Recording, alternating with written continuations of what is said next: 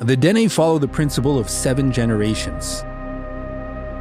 Every decision you make should contribute to having a sustainable world 7 generations in the future. That's about 200 years from now. So what do you do with something like Cosmos 954? The nuclear reactor contained a core of uranium-235, and when it crashed into the area around Denendeh, it scattered millions of particles over the land. The half-life of uranium-235 is 700 million years.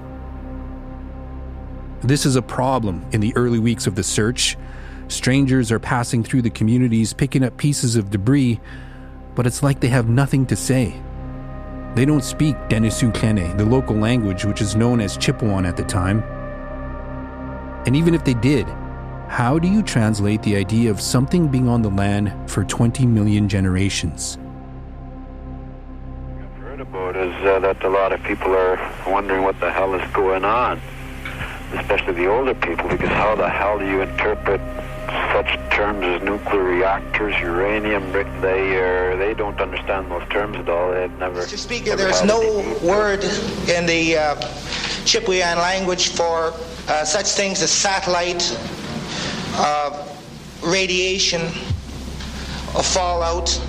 So consequently, the people. Facts are replaced by rumors.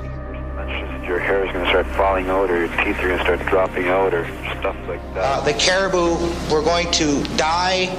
The fish in the lake were going to be wiped out. Maybe the Canadian Broadcasting Corporation, the state broadcaster, can fill the gap. After all, it's their duty to keep people informed. But in a session of Parliament, one member describes what he's seeing on TV in the North. And I use this simply as an opportunity to sound off about the shocking, disgraceful show that CBC is putting on television. There is less than half an hour a week of television in the native languages, and that's it. When will CBC get some effort into the Northern Service instead of abusing it with the crap and the garbage that they're broadcasting daily? The effect it's having on the Northern people, I hate to think. They have no regard for the native people for whom they serve whatsoever. None. A national disgrace.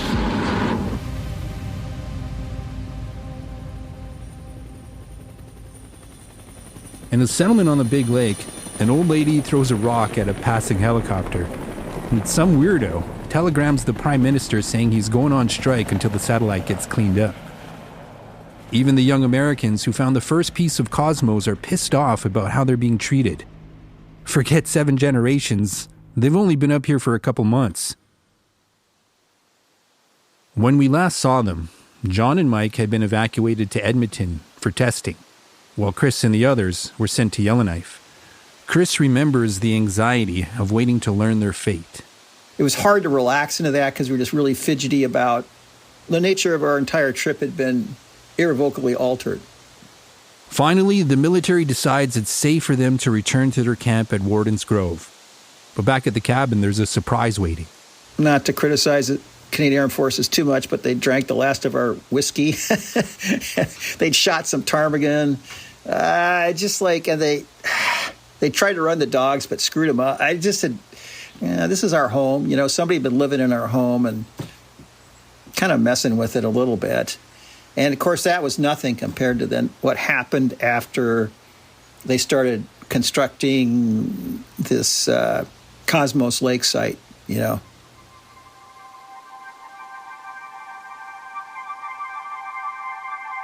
As I set out on a journey through the communities around Denendeh, it was clear to me that the search mission wasn't exactly executed with surgical precision. Problems with the sensors meant that they drastically underestimated the extent of the debris field and the number of pieces out on the land. That's how a community like Snowdrift could be declared clean one day and contaminated the next. The authorities saw these problems as the growing pains of a difficult and complex operation, the first mission ever to try locating radioactive debris from space. But for the people who live here, the stakes were much higher. Whatever legacy the search left behind, we had to live with it forever.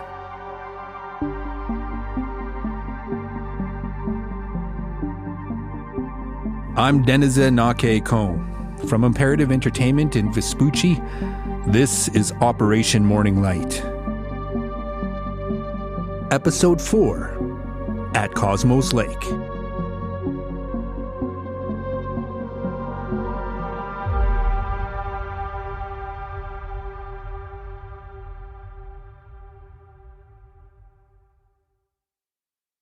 Influencer. It's a word that gets tossed around a lot these days. But what exactly is an influencer?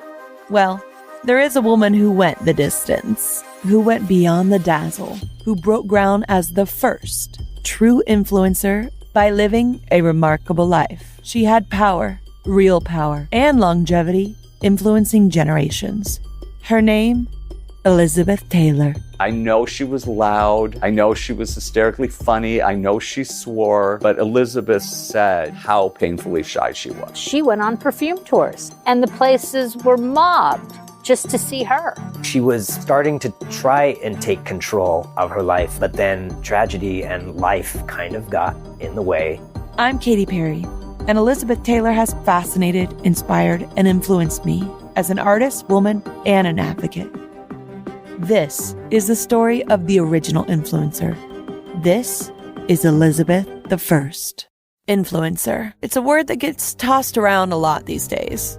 There is a woman who went the distance, who broke ground as the first true influencer by living a remarkable life. Her name, Elizabeth Taylor. I'm Katy Perry. This is the story of the original influencer. This is Elizabeth I.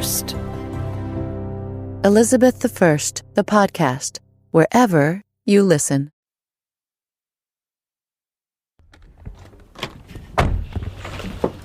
My first stop is Fort Providence, on the western edge of Denendeh, where the big lake empties into the big river, the Dehcho.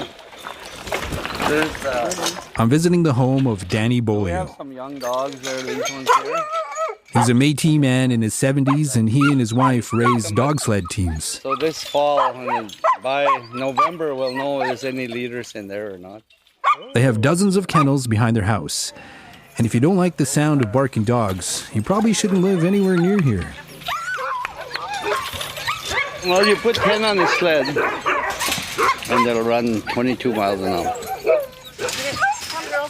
The puppies are excited to see us. You go in there, they'll eat your Mike. We're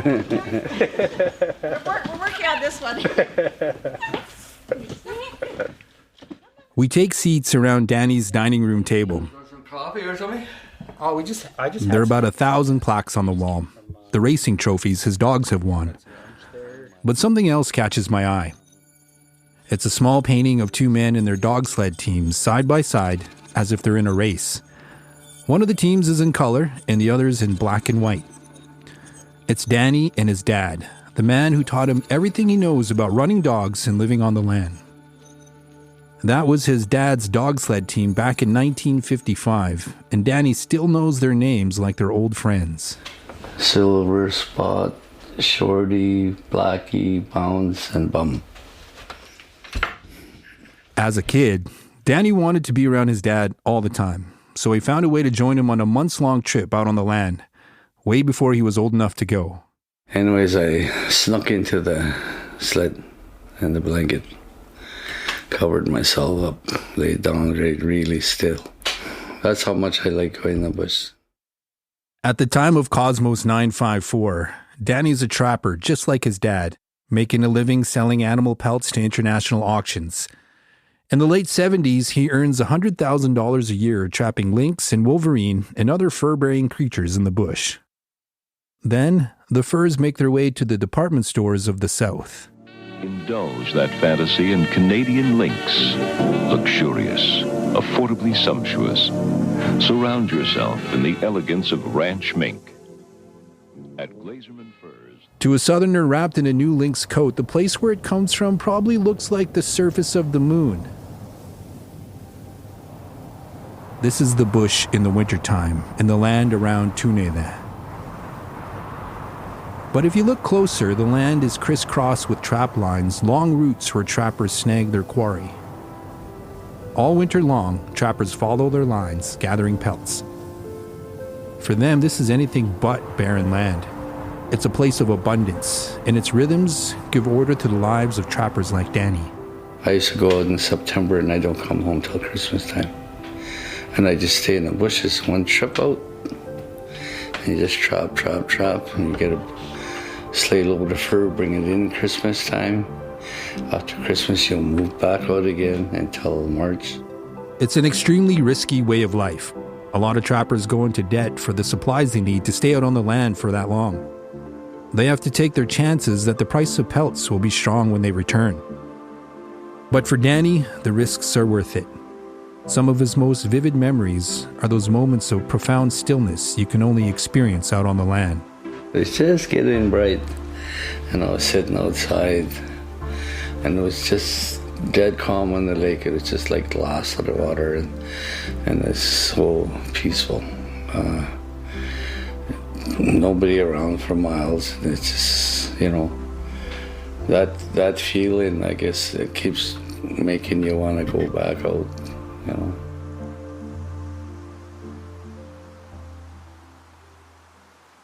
And then came the winter of '78 and a strange light burning in the sky. There were some friends of mine that seen it, like it was like a falling star. He doesn't know it at the time, but those stars reflect a change in the fortunes of all the trappers on the land.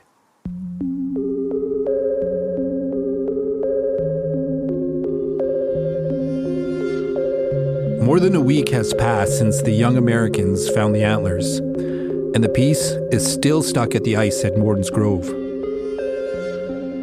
By now, the RCMP officers Lance and Bob have been relieved of their duty at the site, and it's time to pull the rods out of the ice, like a radioactive Excalibur.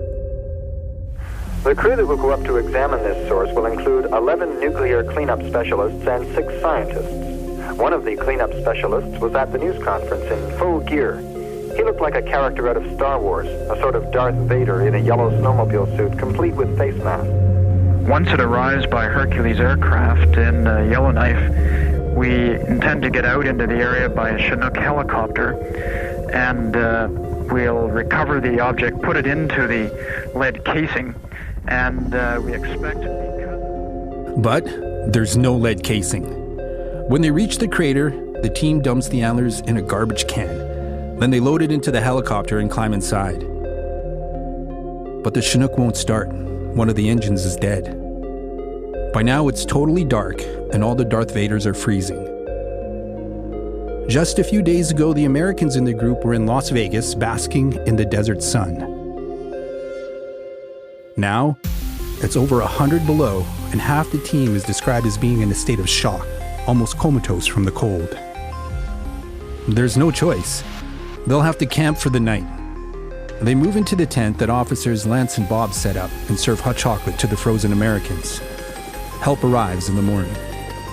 There's little doubt now that at least part of the nuclear reactor from the Soviet satellite is still intact and is giving off the deadly gamma rays. At least, that's what the CIA is hoping.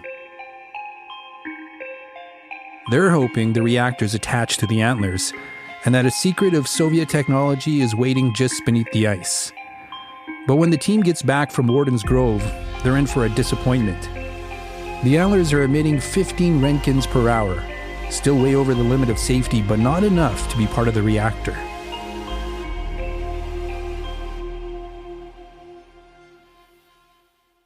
In the game of Cold War intelligence, that's a setback. But the excitement over the antlers has already shaped the entire operation. The authorities believe that the antlers are just one piece among many out there in the Barrens. So, they start setting up camp about a mile from the crater. A bulldozer has been parachuted into the Warden's Grove area, now called Satellite 1, where the main piece of the satellite hit.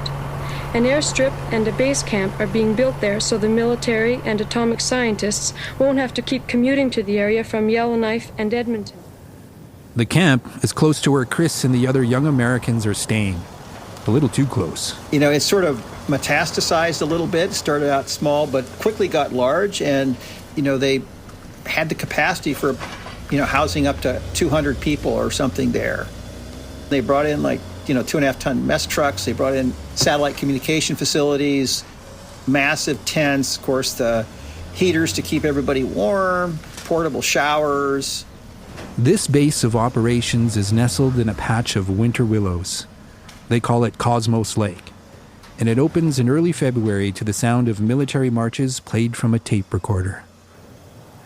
The Warden's Grove site is in fact in the center part of the search area, and it's logistically more feasible to have a base camp there than to operate out of Edmonton and Yellowknife as we have been doing for the past several days. Turns out this is a huge miscalculation. The antlers weren't found at the center of the search area, they're at the outer edge. It's not long before the operation realizes that Cosmos Lake is a big mistake. John and Mike found the only large piece of Cosmos 954 within a radius of 100 miles or something. The captain in charge later admits that Cosmos Lake should have never been more than small and temporary. Not only is it far from the debris field, it's also extremely dangerous to fly in and out. To keep the ice runway held together, you have to continually pour slush onto it, like mortar between bricks.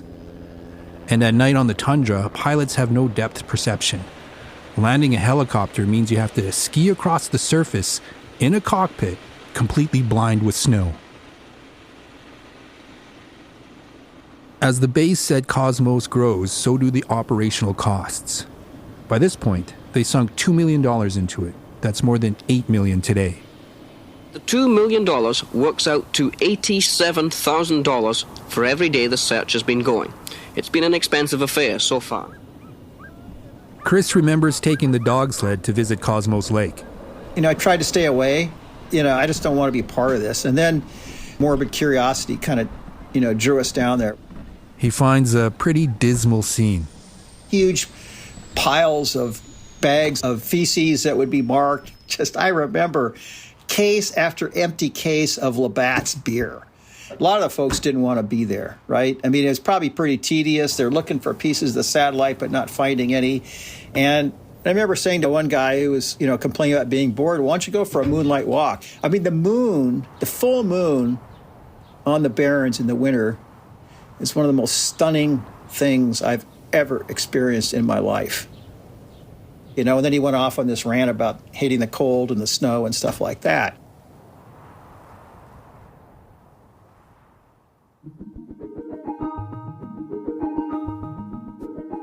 This initial part of the operation is known as Phase 1. Its mission is to find all the big pieces of Cosmos.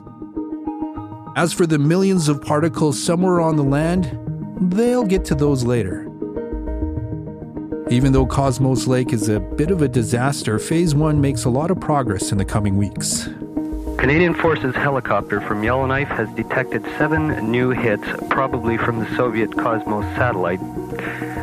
The sources are embedded in the snow of Great Slave Lake and are currently being retrieved by ground parties. The area has been cordoned off from the public, and residents of the area have been... When they nicknamed the big piece of Cosmos the antlers, they probably didn't realize how it resonates with our language. In Denesuline, we use a similar word for star, then, as we do for caribou, ethen. This comes from a Dëneze Dene story about a massive herd of caribou giving off static electric sparks as they race through the tall grass at night. As the operation collects more pieces of the fallen star, they name them after parts of the animal. There's a piece they call the hoof, a chunk of beryllium that gives off 6 Roentgens per hour. Other pieces have more mundane names. They call the biggest piece the stovepipe. It's a melted chunk of metal that weighs about 400 pounds. They find it on the frozen surface of the big lake in a mess of charred debris. The stovepipe isn't radioactive, but the other pieces are. As they find out more about Cosmos, scientists estimate that its reactor contained the power of 100,000 tons of TNT. That's 5 times the force of the bomb that was dropped on Hiroshima. Another set of twisted rods emits over 100 roentgens per hour, and a single chunk of slag's emitting 500. If you hold that piece for 60 minutes, your hair will start falling out in clumps. You'll vomit blood. The marrow of your bones will be destroyed, and you'll be dead within a month.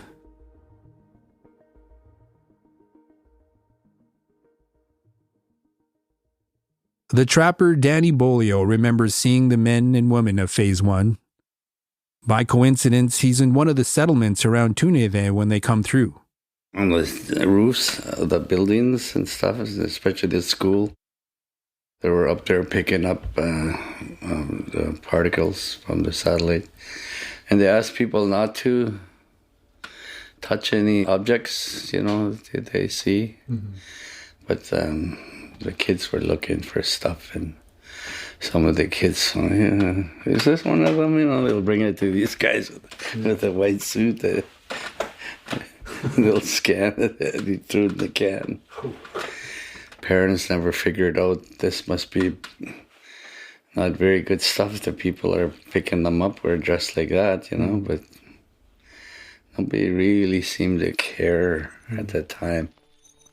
And then he heads out on the trap line again. As they live on the land in the winter of 78, Danny and the other trappers talk about whether they should be doing anything differently. A lot of people were wondering what was going to happen, if it's going to cause cancer and stuff like that. Mm-hmm. Because a lot of trappers, including myself, we always make tea with snow. You just pick up the snow, melt it, and throw tea bags out and drink it. Mm-hmm. So, my uncle thought it would just give him more energy. If you find you should eat it, he said.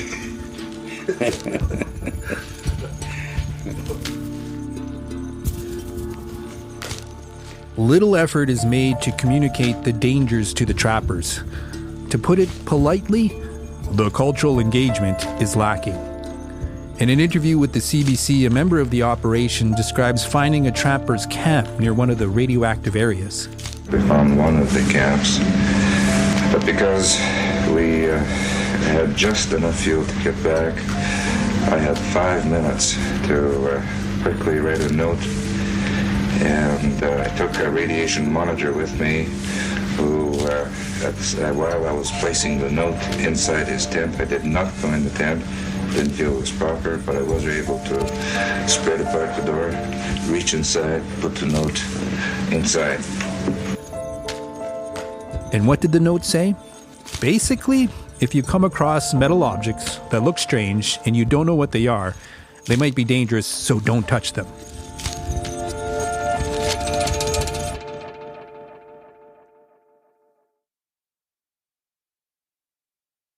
Some people calling into the CBC think Operation Morning Light should hire the trappers because they know the land better than anyone. I think they should be given Geiger counters so that they can take them with them when they set their traps. If they get some activity registering on their Geiger counter, they could leave a dye marker, and then the planes could see the dye marker and they could zero in on it and recover some of the fragments that might have been missed. That doesn't happen. Danny recollects a story that highlights the consequences of trappers being kept out of the loop. 2 twin brothers used to trap together, and they trapped all their lives together. He's always got tea boiling, and he makes it with the snow. He makes so I don't know what those particles do to your stomach if you swallow it. And it was shortly after that he developed stomach cancer, and he thought maybe it was because of that, The trapper quietly passes away from his cancer. He didn't make that big of a fuss about it, but he just thought that could have been the cause.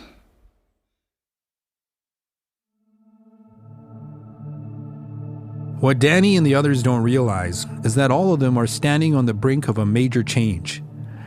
The late 70s is a high watermark for Danny on the trapline, using the techniques his dad taught him for living off the land. You know, we're still trapping the old way, and nobody was complaining. But in the 81, that's when it started. Shame on you! Shame on you for what you do! Shame on you! Shame on you for what you do! Shame on you! Shame on you for what you do! The anti-fur movement of the early 80s has an immediate effect on the trappers in the North. In one Inuit community, the average annual income of a trapper falls from $54,000 to just $1,000 in a single year. It really impacted trappers, especially the trappers that weren't educated. They didn't understand some of the stuff that is coming out. Greenpeace runs graphic advertisements of women in blood-splattered coats with the slogan, "It takes up to 40 dumb animals to make a fur coat, but only one to wear it." To trappers like Danny, it's a cultural misunderstanding. They think we use fur because we think it looks nice. I mean, I wear big fur mitts because it keeps my hands warm. And when you're 35 below, you're running dogs. You can't wear just gloves, you know. The trappers tried devising more humane ways of catching animals, but the damage to their way of life is permanent. They succeeded. They really succeeded. They beat us. Of course, the animal rights movement isn't the only reason for the fur economy's collapse. A severe recession in the early 80s, coupled with the rising price of oil, makes it almost impossible for trappers to squeeze out a profit. If anything, the anti-fur movement is a sensational final blow to a way of life that's been gradually dying for years. Either way, a great exodus of trappers begins. Danny gets a job fighting fires in the summer, then moves on to raising dogs. I had a family of 5. There's no way I could survive. I had to work. There's always an uphill battle for people to survive on the land. He tries to keep a light attitude about the changes that seemed to begin with that falling star in '78. I used to have jet black hair till I moved to town. Look at it now. It's good. But I can tell he misses the connection to the land that his life as a trapper once gave him. As I said goodbye and left Fort Providence, I was thinking about that painting of him and his dad, side by side on their dog sled teams. That's where they were the happiest, out in the bush, together. But now, I couldn't help but picture them pulling away from each other.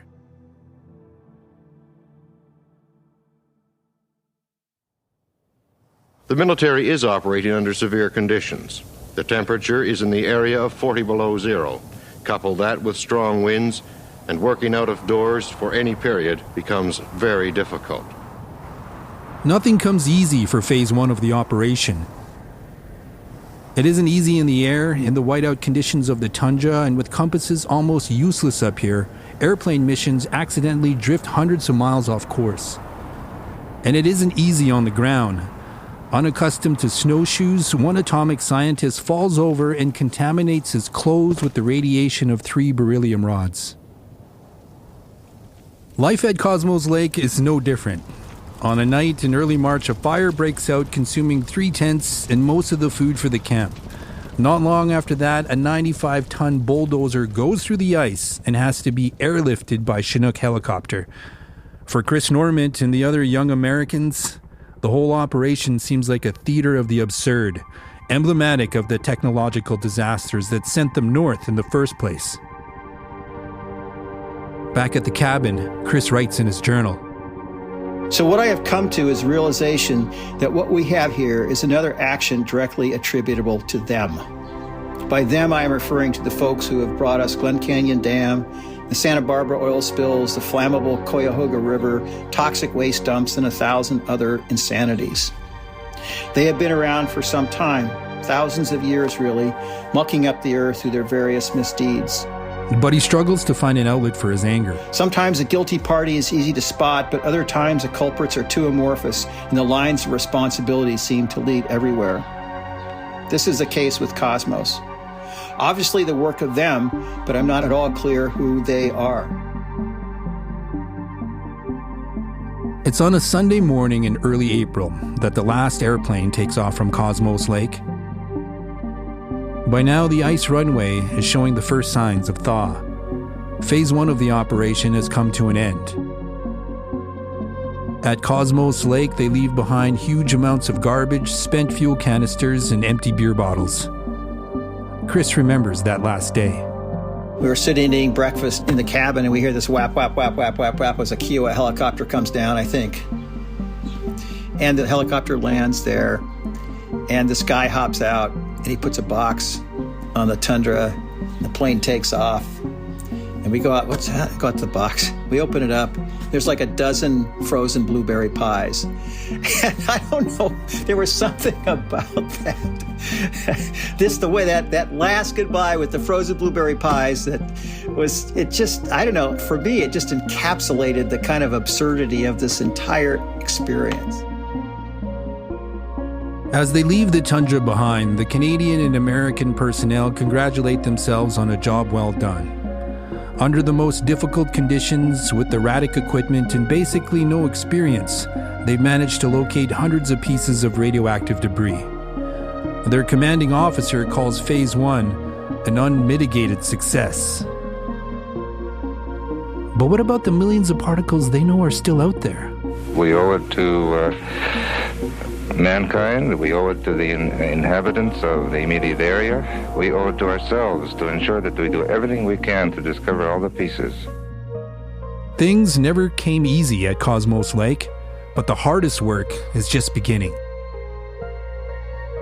That's next time.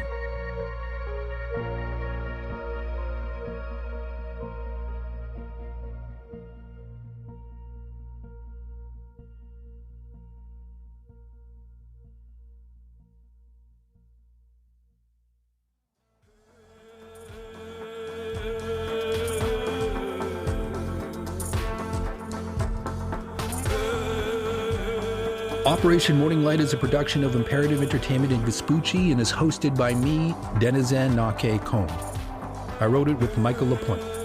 For Imperative Entertainment, the executive producer is Jason Hoch. For Vespucci, the executive producers are Daniel Turcan, Johnny Galvin, and Michael LaPointe. The series producer is Aliya Pabani. The story editor is Matt Willis. Thomas Curry is the managing producer. Audio mix and sound design by Alice Boyd. Our closing theme is Siga Dante by Digawolf off his album Inni Spirit.